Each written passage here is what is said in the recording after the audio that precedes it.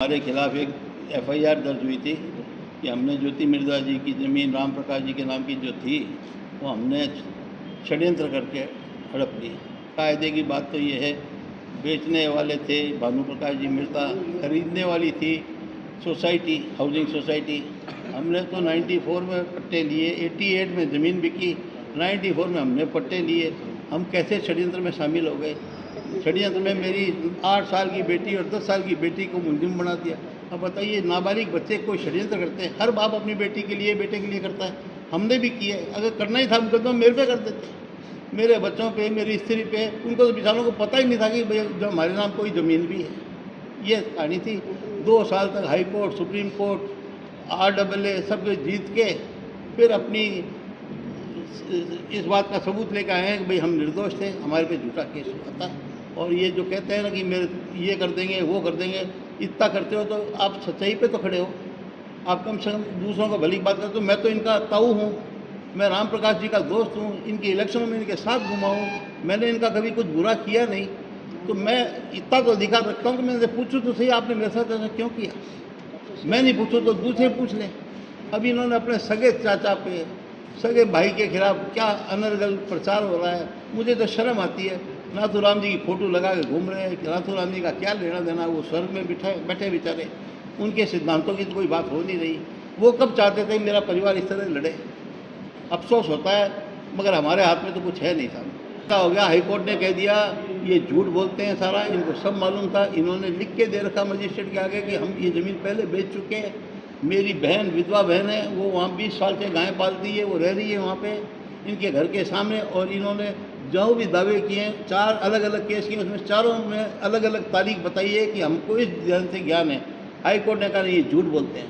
इनको 88 से ही मालूम था कि ये ज़मीन बिकी हुई है। ये अब मैं कूद गया निष्पक्ष के, अब मैंने राजनीति को छोड़ के और मैं सर्व समाज की सेवा में आ गया।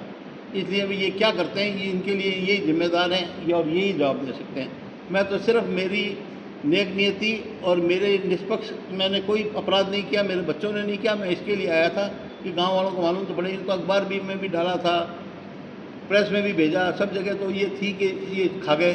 खा क्या गए हम? 48,000 में ज़मीन बिकी थी, नाथूराम जी कहने से बिकी थी और इनके चाचा ने बेची। अरे लड़ो तो तुम परिवार के लड़ो, हम 10 जाट परिवारों को क्यों तुमने? 100 देखिए साहब, मैं बिल्कुल झूठ नहीं बोलता हूँ। 100% नाथूराम जी ने मुझे कहा, मैंने सोसाइटी वालों को कहा था नाथूराम जी बुला रहे हैं तुमको, और जब उन्होंने ज़मीन ली। मैं तो ज्योति के साथ था ना साहब, 2 इलेक्शन में ज्योति के साथ ही था।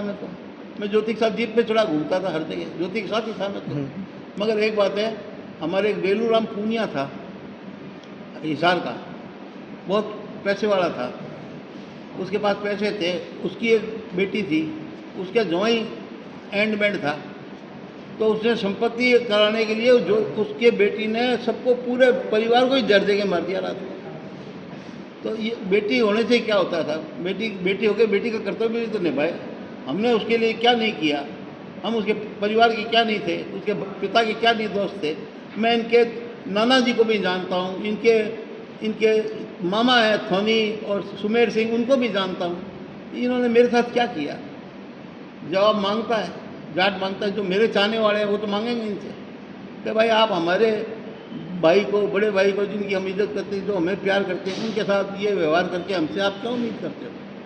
ये है कहानी। मैं कोई मौखिक तलाश नहीं। रात को इन्होंने कहा था कि मेरे कर्म, मेरे जो भी मेरे कार्यकर्ता उनकी तरफ कोई देखेगा भी ना तो मैं उसको छोटों से सीधा कर दूँगी। यार तुम कार्यकर्ताओं को ये भी छोटों से सीधा कर दोगी तो हम मरे हुए जाट हैं क्या?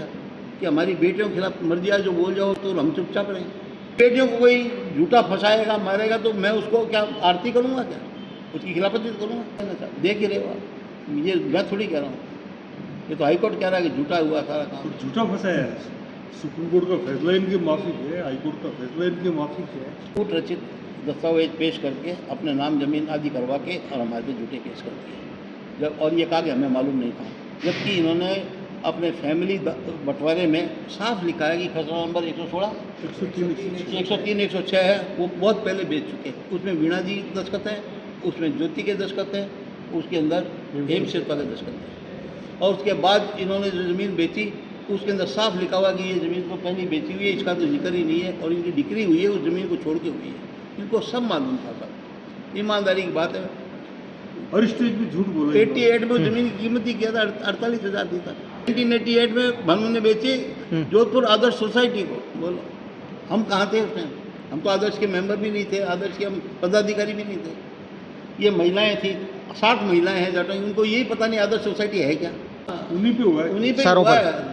उन 7 में 3 तो मेरी वाली हैं। एक इनकी वाइफ है, एक इनकी सासू है, एक अपने गंगाराम जी है डुकिया साहब, उनका दोहिता है वो है, एक हमारे मामा की लड़की है जो उसको ब्याही भी है, भाई जी साहब। क्या नाम है उसका, कमला, और एक आईजी थे अपने फिरोज खान जी, उनकी लड़की है वो थी।